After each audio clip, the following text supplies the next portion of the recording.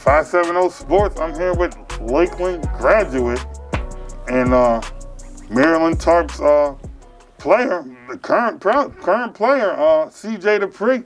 How you doing? What's up, my man? How we doing? Good, I'm chilling. You know, getting through these tough times. I feel like it's coming to the end. You know, vaccines coming out and stuff like that. Everyone's doing all right. I mean, personally, I'm not playing basketball, but I mean, I have a little brother. I have a lot of friends from even other schools play, so hopefully they can get through that and stuff like that. But you know, personally, yeah, like you said, I'm going away soon. 9 days, actually. I'm going to be in Maryland. I mean, I have to get COVID test every day down there whenever I go to the weight room and stuff like that. So, I mean, you got to adapt, but, you know, everything's going all right. Right. So I'll tell you one main question I get about you all the time, and I want you to answer it for me. Yeah. One main question everybody always asks me is, how is CJ done with school? Why is he done so early? Yeah. Can you explain to people? So why it's not like I I got any special treatment or anything. Like you need, at least at Lakeland, you need 24 credits to graduate high school. So I mean, technically, I had enough credits. If I wanted to drop out, I could have just dropped out and played last season there. Right. But I mean, you know, a couple months, why would I want to not get my high school diploma and then all that stuff in case I need it, you know? So Right. I need 2.5 credits going into my senior year. So in the summer, I took a full English credit, and then I needed 1.5 credits left. So I took 3 half-credit courses for the first half of the year, and now that the first half of the year is over, I'm done. Right. So you're going to actually essentially have a semester up.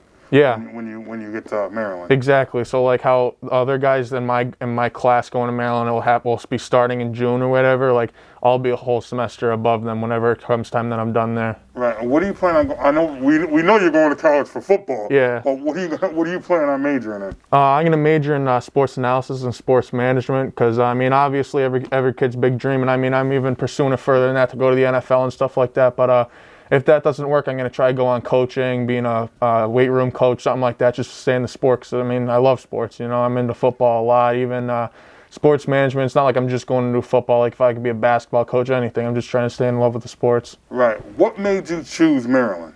I mean, I had like 16, 17 all Division I offers. I mean, after my sophomore year, they just started pouring in. That's how it works. Like you get an offer from the ACC, all the ACC schools offer and stuff like that, and so on and so forth. So, I mean, I was down to Kentucky, Rutgers, and Maryland, my top 3, and I knew that for a while, even when I had my top 8 and even before that. But Right.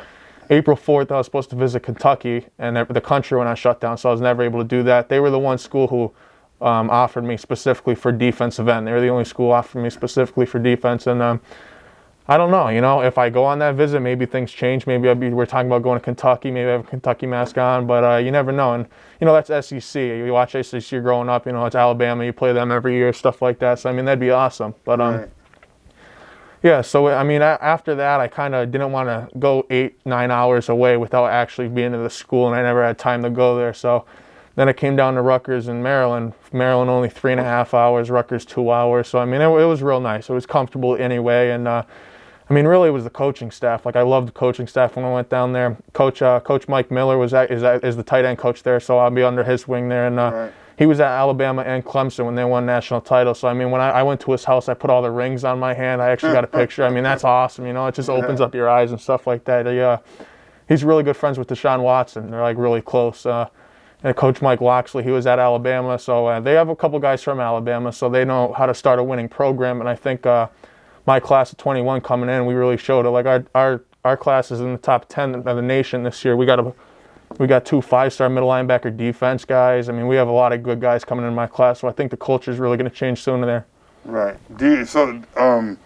I mean, you know, a lot of college guys, they go and they get redshirted their first year. Will you be redshirted your first year, or you're not sure? I know I definitely won't be redshirted. I'm pretty sure I'm expected to start as long as I keep.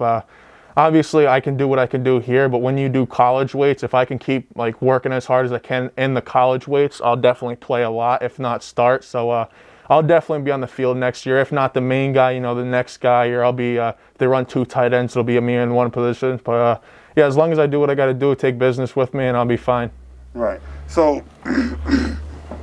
let's just imagine you have a son, right? You have a kid, and you're trying to get him to where you're at. What are you telling him, or what is he doing to try to get where you're at? I mean, all the ability I have and where I'm at today, I thank my dad, because exactly he did this. What to me is what I would want to do to my kid. You know, he took me under his wing.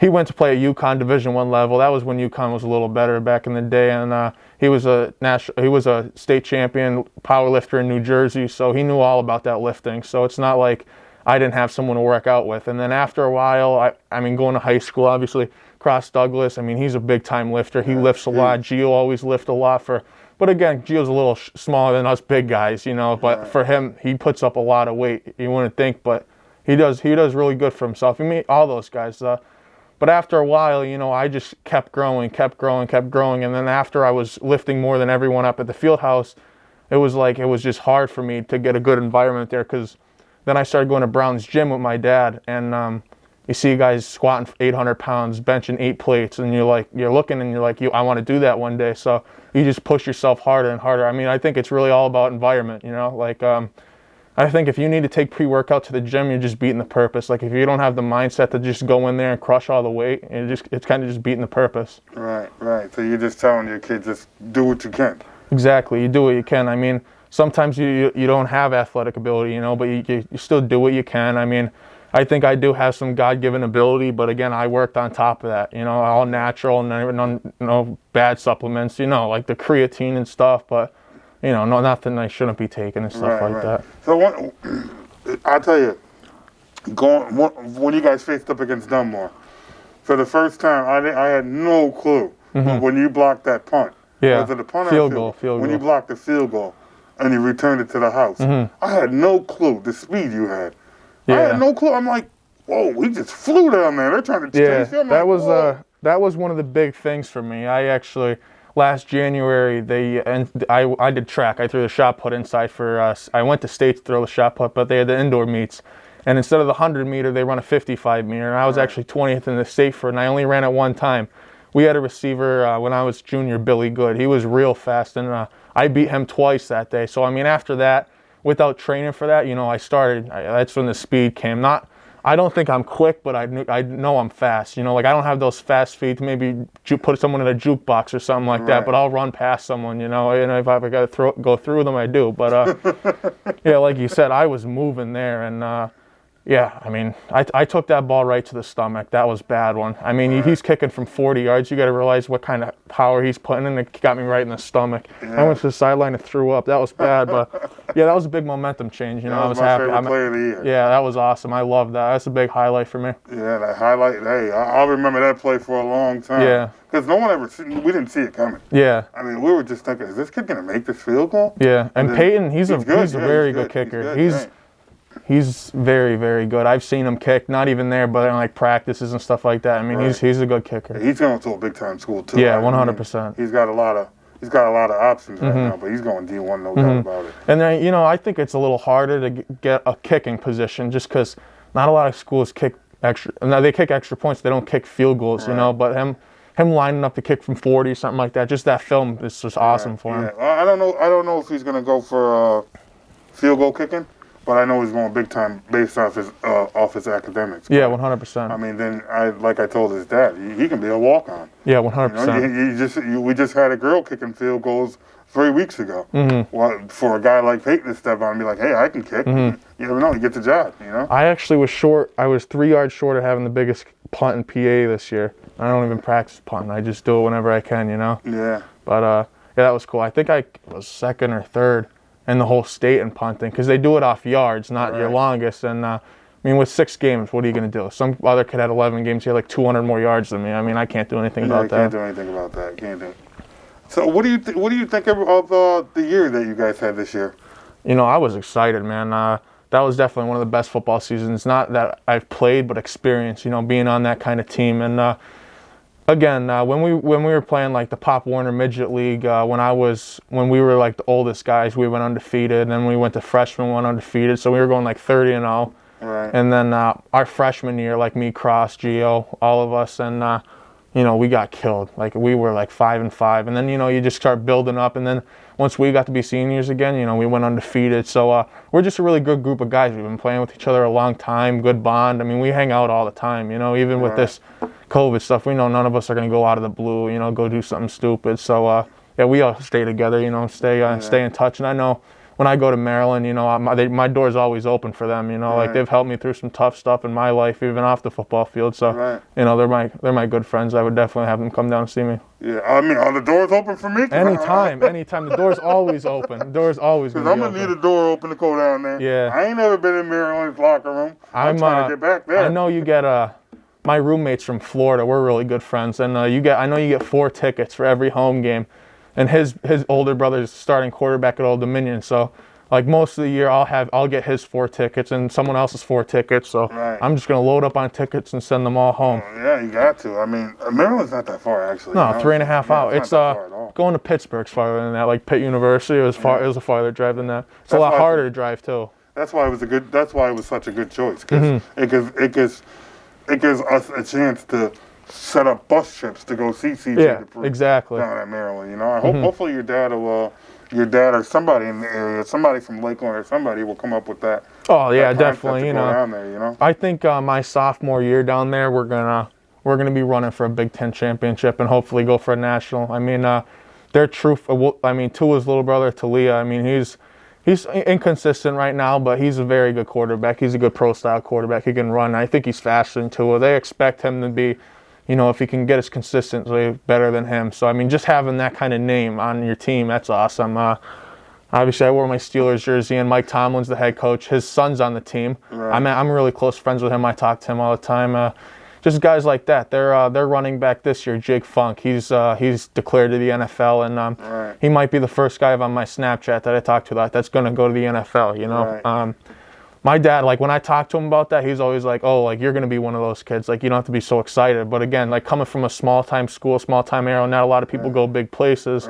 It's awesome. You know, when some kids coming from Texas or another big high school, they have guys always going to the NFL or going Division I going, but you know, just being someone standing out in a different area, you know, it's awesome. I enjoy every moment of talking to those guys. Right, no doubt. So, I mean, you leave in, you say 9 days? 9 days. So what are you doing from here to your final 9 days? You know, just seeing some friends. I've been, some of the basketball courts have been opening up, so I've been going to shoot ball, you know, get a couple dunks into my buddies and stuff like that. I actually played this morning, but, yeah, you know, saying my goodbyes, going to see the people that really been there for me, stuff like that. Obviously, still training, but yeah, going to buy stuff, get ready, pack my stuff up, and getting ready to move on to my next chapter. You know. Right. Is there a message that you want to deliver?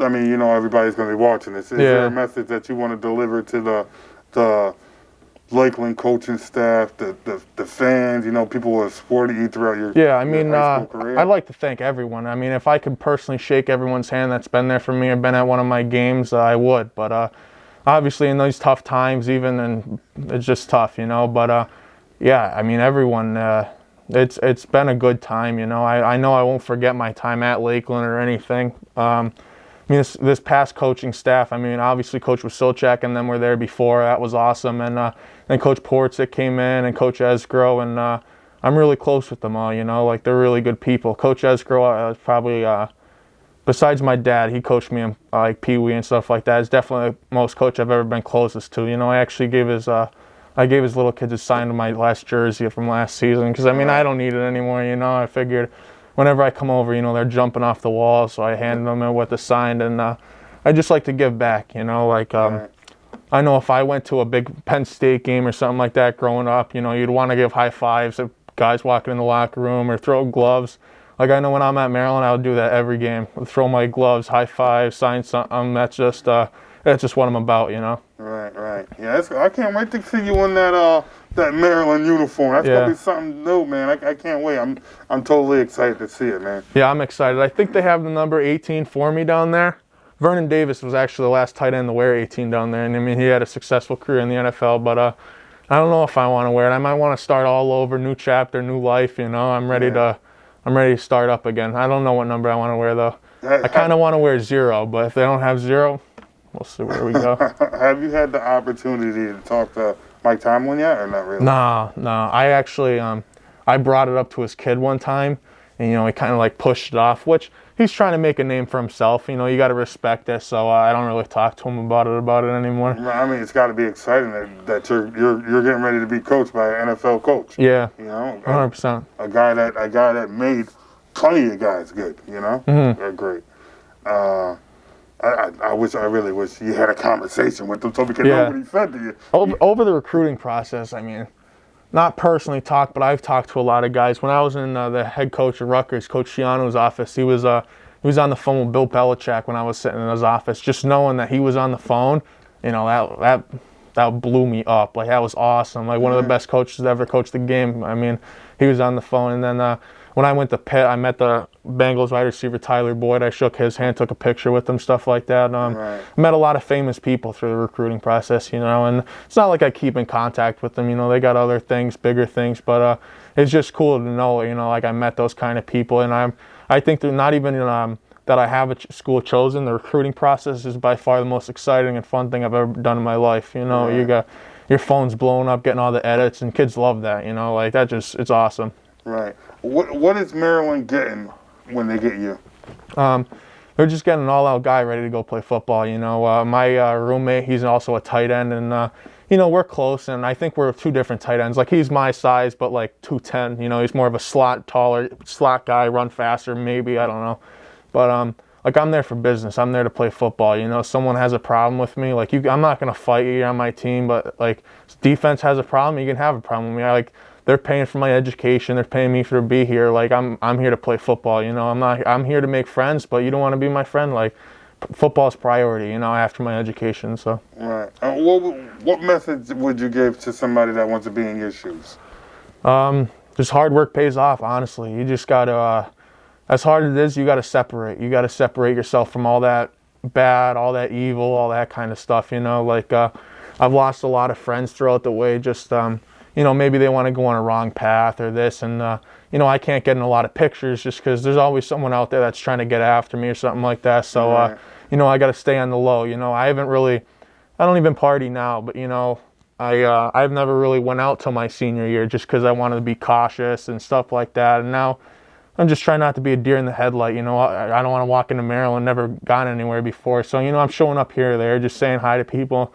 But guys love to see me there. You know, they all get excited when they see me, and I'm just excited, you know. Right, yeah. So before we get off, one advice I want to give you before you go to Maryland. I hear the parties are great down there. Yeah. Do not attend them. No. I got to go. I'm going education, football, then we'll go maybe a female friend after a little bit of time down there, and then, you know, and then I'm ready to come home. But yeah, I really want to. These past couple of years in high school, you know, I have good grades and everything, but education really wasn't a priority. But I got to realize, you know, you got a slim chance making it to the NFL. Obviously, I believe I will. I always will believe I have the chance and have the opportunity to go. But, you know, after that, you know, it's the real life. So I'm going to get my education, do what I got to do, know what I have to do. Right. All right, man. I want to thank you for coming on 570 Thanks, Sports, man. I appreciate I wish you the best, man. I hope the best for you, man. The NFL will be great. Yeah. It would be awesome to go to see you playing in the NFL. I'll be right back here for my first interview. I'll send you a signed jersey and everything. This is the man right here, yo. You got to get with this man. That's the man. Thank you very much. No problem, man. All right.